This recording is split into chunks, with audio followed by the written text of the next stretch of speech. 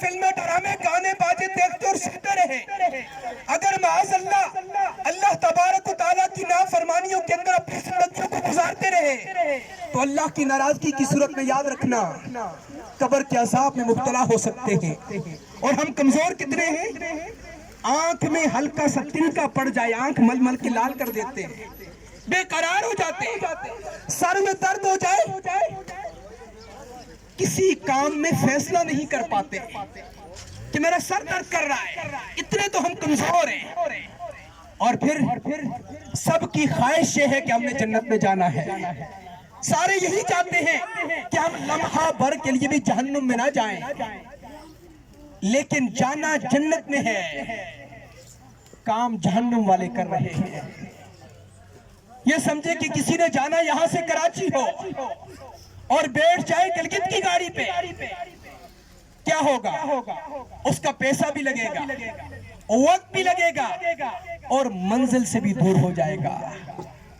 ہم نے جانا جنت میں ہے، خواہش جنت کی ہے کہ جنت میں چلا جاؤں، جہنم کے عذاب سے بچ جاؤں، لیکن کام ایسے کر رہا ہوں جو جہنم میں جانے والے ہیں۔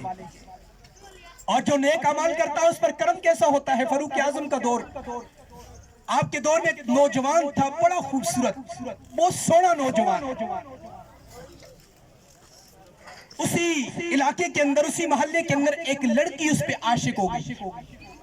جب اس نوجوان کی خوبصورتی کو دیکھا تو لڑکی سے رہا نہ گیا، دل میں بری خواہش پیدا ہوئی۔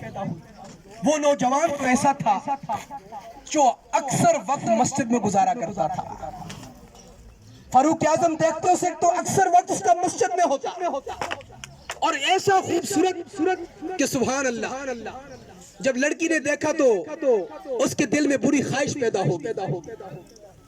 اس لڑکے کو اپنے محل میں بلایا، لڑکی بڑی امیر تھی، اس خوبصورت نیک سیرت نوجوان کو اس لڑکی نے اپنے گھر میں بلایا، اپنے محل میں بلایا کہ میں بڑی امیر ہوں، تو غریب بندہ ہے، میں تیری بڑی اچھی مدد کروں گا، تو میرے گھر میں آ جا۔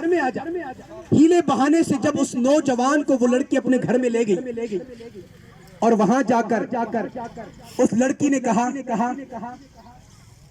کہ تو بڑا خوبصورت ہے، میرا دل تیری طرف مائل ہو چکا ہے۔ اس نے اپنی بری خواہش کا اس نیک سیرت نوجوان سے اظہار کیا۔ جب اس نوجوان نے اس لڑکی کی بات سنی تو بہت پیاری بات کہی، کہا کہ اللہ کی بندی، میں اپنے رب سے بڑا ڈرتا ہوں۔ نوجوان کہنے لگا، اللہ کی بندی، میں اپنے رب سے بڑا ڈرتا ہوں، میں گناہ نہیں کروں گا۔ لڑکی نے کہا کہ تو یہاں سے جا نہیں سکتا۔ اس نوجوان پر ایسا رب کا خوف طاری ہوا، ایسا خوف طاری ہوا کہ کہنے لگا کہ مولا، میں نے ساری زندگی تیری نافرمانی نہیں کی، میں نے اپنی جوانی سنبھال کے رکھی،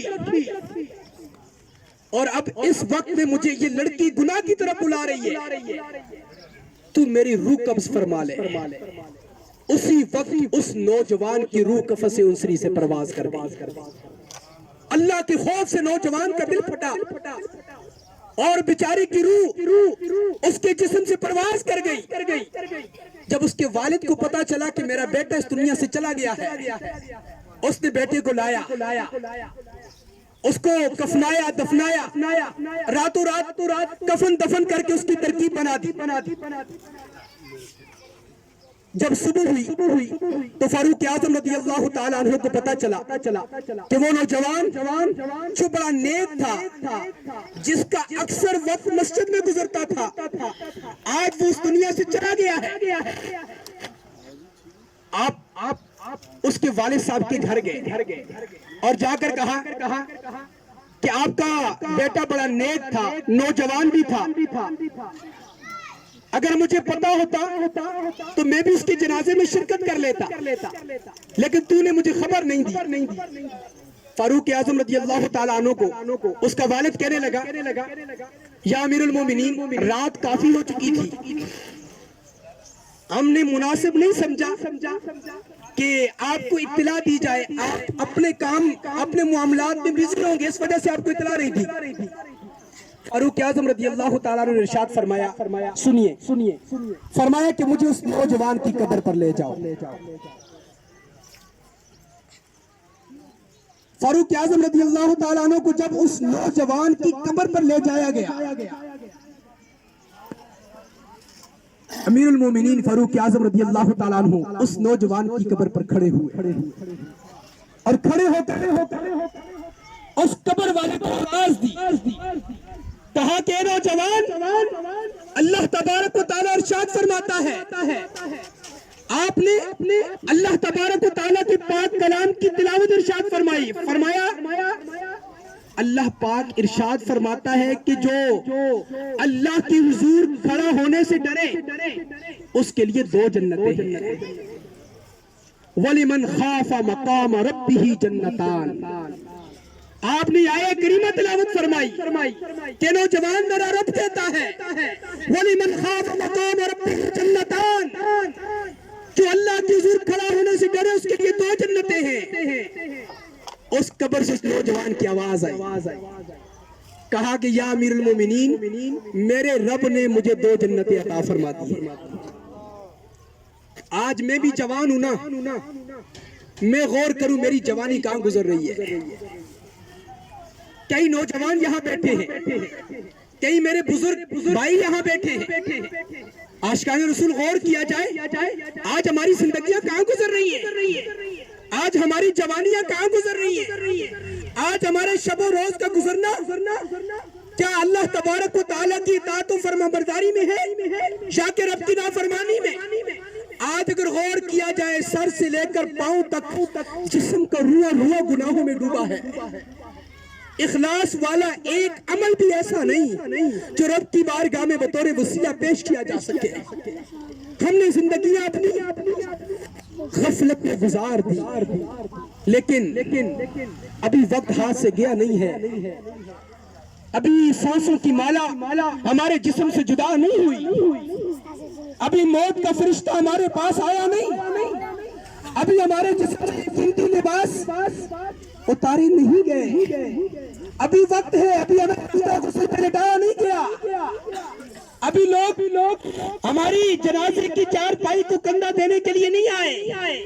وہ وقت آنے سے پہلے کہ جسم سے قیمتی لباس اتار دیا جائے، وہ وقت آنے سے پہلے کہ یہ آنکھیں بند کر دی جائیں، وہ وقت آنے سے پہلے کہ موت کا فرشتہ ہماری روح قبض کرنے کے لیے ہمارے پاس آ جائے، وہ وقت آنے سے پہلے لوگ ہمیں تخت غسل پہ لٹا دیں، وہ وقت آنے سے پہلے لوگ ہمیں اندھیری قبر میں چھوڑ کے اکیلے واپس آ جائیں۔ ہمیں جاگ جانا چاہیے، ہمیں بیدار ہو جانا چاہیے، ہم نے زندگی بھر کے جتنی بھی گناہ ہیں رب کی بارگاہ میں سچے دل سے تائب ہو جانا چاہیے کہ میرا رب توبہ کرنے والوں کو پسند کرتا ہے۔ احسان ثواب کی محفل میں آنے والوں، عبدالقدیر بھائی کی والدہ کے احسان ثواب کے محفل میں آنے والوں، یہاں سے یہ پیغام لے کر جاؤ کہ آج جن کے احسان ثواب کی محفل میں آئے ہیں مجھے بھی اس دنیا سے جانا ہے، جو بقیہ میری زندگی ہے یہ نیت کر کے جاؤ۔ قبر میں کام آنے والے اعمال میں سے ایک عمل نماز ہے، نماز ایسا عمل ہے جو قبر میں بھی کام آتا ہے، تلاوت قرآن ایسا عمل ہے جو قبر میں بھی کام آتا ہے، کہ نیک اعمال قبر میں ساتھ جائیں گے۔ جی ہاں، مال دنیا میں رہ جائے گا، خاندان والے دنیا میں رہ جائیں گے، بال بچے دنیا میں رہ جائیں گے، اچھا اور برا عمل ساتھ جائے گا۔ اگر اچھے اعمال کر کے رب کو راضی کیا، نبی پاک کی سنتوں پر عمل کیا، انشاءاللہ قبر بھی نور مصطفیٰ کے صدقے پر نور ہوگی، انشاءاللہ معاشر میں بھی بیڑا پار ہوگا۔ الحمدللہ آج کے اس دور میں دعوت اسلامی کا یہی پیغام ہے۔ دعوت اسلامی چاہتی ہے کہ ہمارا بچہ نمازی بن جائے، دعوت اسلامی چاہتی ہے کہ ہم اللہ تبارک و تعالیٰ کی نافرمانیوں سے بچ کر رب کی فرما برداری کرنے والے کاموں میں لگ جائیں، اور اس مقصد کے تحت دعوت اسلامی آج کس دور میں کیا فتنے کا دور ہے، بھائی بھائی کا دشمن بنا بیٹھا ہے، آج کس دور میں دعوت اسلامی نبی پاک صلی اللہ علیہ وآلہ وسلم کی پیاری پیاری سنتوں کو عام کر رہی ہے۔ دنیا کے 200 ممالک تک دعوت اسلامی اپنا مدنی پیغام پہنچا چکی ہے۔ 160 شعبوں میں دعوت اسلامی دین کا کام کر رہی ہے، بچے عالم بن رہے ہیں، حافظ بن رہے ہیں، الحمدللہ وکلاء کے اندر مدنی کام ہو رہا ہے۔ اسی طرح تو تاجران ہیں، تاجروں کی دکانوں میں جا کر ہمارے قاری صاحبان ان کو قرآن پڑھاتے ہیں۔ میں آپ سے بھی التجا کروں گا، آپ بے شک اپنا کاروبار کیجئے کہ بچوں کے لیے حق حلال کی روزی کمانا یہ بھی ثواب ہے، لیکن کاروبار میں مصروف ہو کے اپنے رب کو بھول جانا، اس کو عقل مندی نہیں کہا جاتا، اس کو بے وقوفی کہا جاتا ہے کہ جس رب نے یہ مال دیا، جس رب نے یہ کاروبار کی نعمت دی، جس رب نے یہ زندگی کی نعمت سے نوازا، جس رب نے یہ بچوں کی نعمتیں دی، اولاد عطا فرمائی، اسی رب کی نافرمانی کر کے کون سی کامیابی پائیں گے؟ آج کی محفل کا یہ پیغام لے کر جاؤ کہ میری جب تک زندگی ہے، آج دل سے نیت کر کے جاؤ، انشاءاللہ مرتے دم تک میری کوئی بھی نماز قضا نہیں ہوگی۔ انشاءاللہ کہ ایسا زوردار نعرہ لگائیں تاکہ شیطان کا کلیجہ پھٹ جائے۔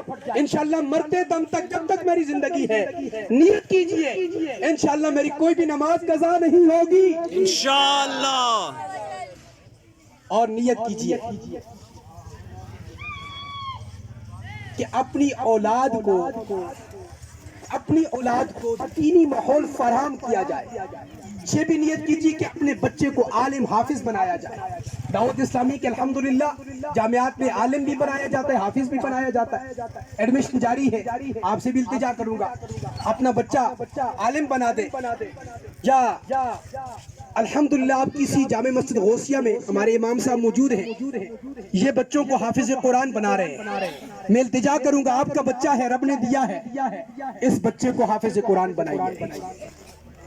آپ کو بسم اللہ کی برکت بتاتا ہوں، آخری حدیث پاک سنیں۔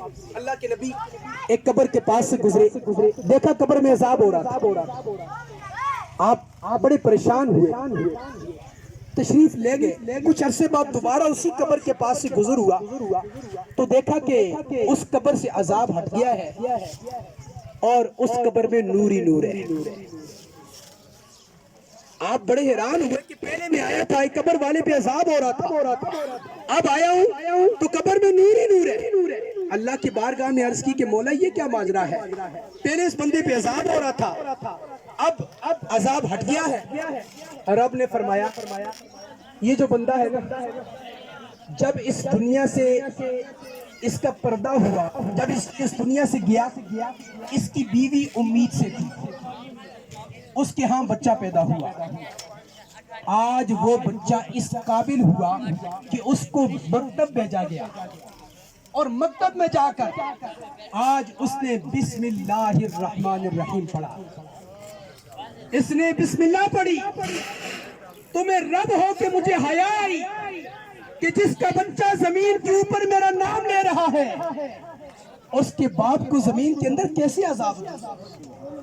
اگر بسم اللہ کی یہ برکت ہے کہ والد سے قبر میں عذاب ہٹ جائے، جس کا بچہ پورے قرآن کا حافظ ہو اسے کیسی برکتیں ملیں گی؟ جس کے بچے کے سینے میں قرآن کی 30 پارے ہوں، اس والد کی قبر کیوں نہ نور علی نور ہوگی؟ جس کا بچہ دنیا میں رہ کر نبی پاک کی سنتوں کا عامل ہوگا، اس کی قبر کیوں نہ نور علی نور ہوگی؟ میں التجا کروں گا، اگر بچہ رب نے دیا ہے کم از کم ایک بچے کو حافظ قرآن بنا لیجیے، یہ بچہ انشاءاللہ ذریعہ نجات بنے گا۔ میں آپ سے بھی التجا کروں گا، آج کے دور میں ٹی وی چینلز کے ذریعے مختلف گناہوں کا بازار گرم ہے، الحمدللہ آج کے پرفتن دور میں دعوت اسلامی کا مدنی چینل، نہ کوئی عورت نہ کوئی اشتہار، آپ جس وقت بھی دیکھیں گے انشاءاللہ آپ کو علم دین کی بات ہی ملے گی۔ میں التجا کروں گا کہ مدنی چینل دیکھیے، گھر میں مدنی چینل چلائیے، انشاءاللہ آپ کے بچے مدنی چینل دیکھ کر اللہ نے چاہا تو انشاءاللہ نبی پاک کی سنتوں کے عمل بنے، گھر میں مدنی ماحول بنے، اللہ تبارک و تعالیٰ سے دعا ہے جو کچھ سنا ہم سب کو اس پر عمل کی توفیق عطا فرمائے. عبدالقدیر بھائی کی والدہ اللہ کرے آج اس اصالِ ثواب کی محفل کی برکت سے اللہ تبارک و تعالیٰ ان کی والدہ کی قبر پر اپنی رحمتوں کا نزول فرمائے, ان کی آنے والی ساری منزلیں آسان فرمائے. آج جو ہم آئے ہیں ہم نے جو